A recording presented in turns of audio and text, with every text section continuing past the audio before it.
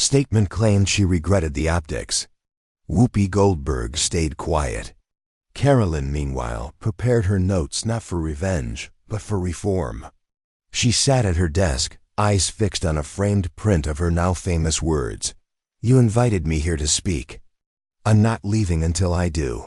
She whispered it softly to herself, then stood and walked toward the hearing room on Capitol Hill. Outside, camera flashes and protesters crowded the streets. But many waved not political flags, but banners of free speech itself.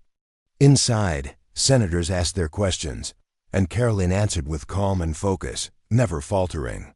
"This isn't about ideology," she told the panel. "It's about integrity. If we can't trust the platforms where ideas are shared, we can't trust the conversations themselves." One Democrat nodded. "We may not agree on politics, Miss Leavitt, but I respect how you handled yourself." She smiled gently. "That's all I ever wanted. A fair hearing, not applause. Just honesty." As she stepped outside past the press crowd, one young journalist pressed her. "Karoline, what do you say to those who think you just got lucky?" Her expression stayed steady. "You don't stumble into standing your ground. You prepare. You prepare. You stay true to your principles. And when the moment comes, you speak." By nightfall, that quote had gone viral. The next morning, parents showed clips of Karoline's speech to their daughters. College professors assigned media ethics essays on the incident. And quietly, a best-selling biography deal had been signed behind the scenes. Karoline hadn't asked for any of it. She had just walked into that studio to speak, and because she didn't back down, America finally listened.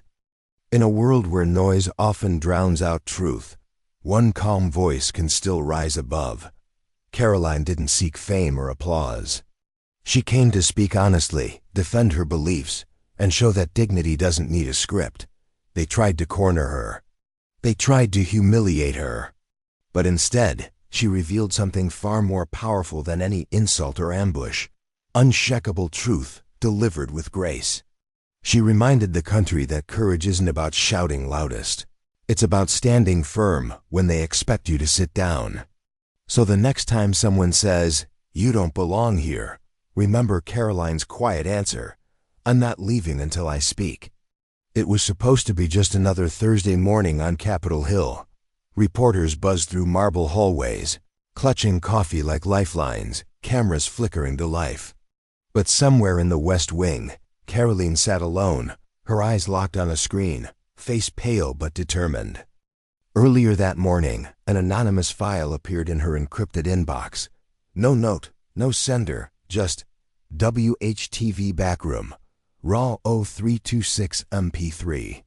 Karoline hesitated only a second before pressing play. The voice on the recording was unmistakable: Whoopi Goldberg. The audio was rough, but the words clear. "We let her on for drama, not a real conversation. The girl's a puppet. Bait her, let her explode. Makes better clips. That's how you handle someone like her." Karoline froze. She immediately realized this was a behind-the-scenes moment, never meant to be heard. And it wasn't just the mocking tone, it was the intent. They hadn't invited her to debate. They wanted to embarrass her, to break her. She played the tape again, and again. Each time her calm voice cracked with fury. "They set me up," she whispered. "And they are still doing it." This wasn't just personal. It was manipulation media giants trying to silence young conservative voices. Karoline wasn't going to let it slide. She grabbed her phone. "Stephen, I need you to hear something now," she said to her aide. The file played on speaker. Stephen's eyes widened. "I know exactly who it is," he said. Karoline cut him off. "This is going public." "Are you sure?" "This is huge," he warned. Karoline's jaw tightened. "They used the spotlight to corner me. Now I'm turning it back on them." The sun rose over D.C., but inside, a storm was brewing. Karoline uploaded the audio to a secure drive and began drafting her statement. She wouldn't yell or threaten. The truth would speak for itself, and it would speak louder than Whoopi ever had. Staring at her laptop, Fingers hovering over the keyboard, she wrote carefully. Viral rant, it had to be measured, calm, and devastatingly effective. That was her power. That was what they never expected. Last week, I was invited onto The View. I expected disagreement. I expected pushback. What I didn't expect was a pre-planned attempt to provoke, humiliate, and silence me. Today, I received an anonymous recording. She described the voice. Unmistakable Whoopi Goldberg. What she said off camera tells you everything you need to know about what happens behind the curtain. I believe in transparency, so I am releasing the full clip unedited. You deserve to hear it for yourself. She attached the file, added The View unmasked, and posted. Within minutes, notifications exploded. First came her supporters, conservative activists, young voters who followed her journey from Trump press briefings to independent firebrand. Then media watchdogs amplified the story. Meanwhile, The View's official account stayed silent, no denial, no clarification. A fan uploaded a clip recorded during a commercial break. Whoopi's words could clearly be heard. Let her talk herself into a corner. Makes for better ratings. Within an hour, the story was trending nationwide. Fox News booked her on prime time. Even liberal outlets couldn't ignore it. Backstage, producers panicked. Whoopi stood with arms crossed, jaw tight, watching the clip spread. Karoline didn't gloat or post more videos. Sometimes the strongest move is silence while the truth echoes.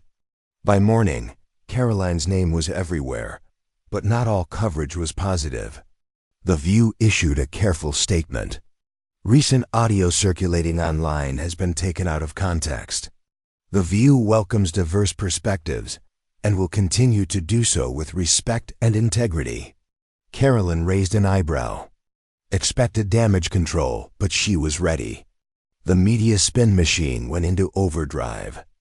Several outlets claimed the clip lacked nuance or was sarcastic. Karoline knew the difference between sarcasm and strategy. Before going live on Fox News, a direct message popped up on her phone from an anonymous account. You haven't seen the worst of it. They cut the rest of the tape.